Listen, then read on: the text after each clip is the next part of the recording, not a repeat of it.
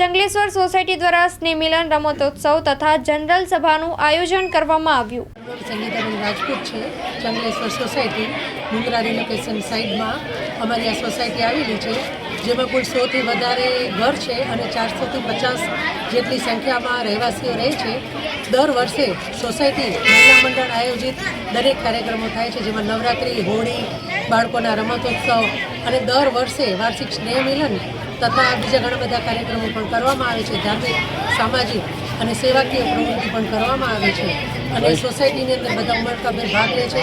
અમારા સોસાયટીના પ્રમુખ અશોકભાઈ રાણા તથા તેમની ટીમ, મહિલા મંડળમાં અમારા સમગ્ર કારોબારીના સભ્યો તથા તમામ મહિલાઓ, બાળકો બધા ઉત્સાહથી સોસાયટીમાં સાથે મળી અને કાર્ય કરે છે અને ભાગ લે છે અને સોસાયટીનો અમારો આર્થિક વિકાસ અને કહે છે ને અનેકવિધ પ્રવૃત્તિ થતી જ રહે એવા અમે આયોજન દર વર્ષે વર્ષમાં 3-4 કરતા જ રહીએ છીએ અને કાયમ કરતા જ રહીશું।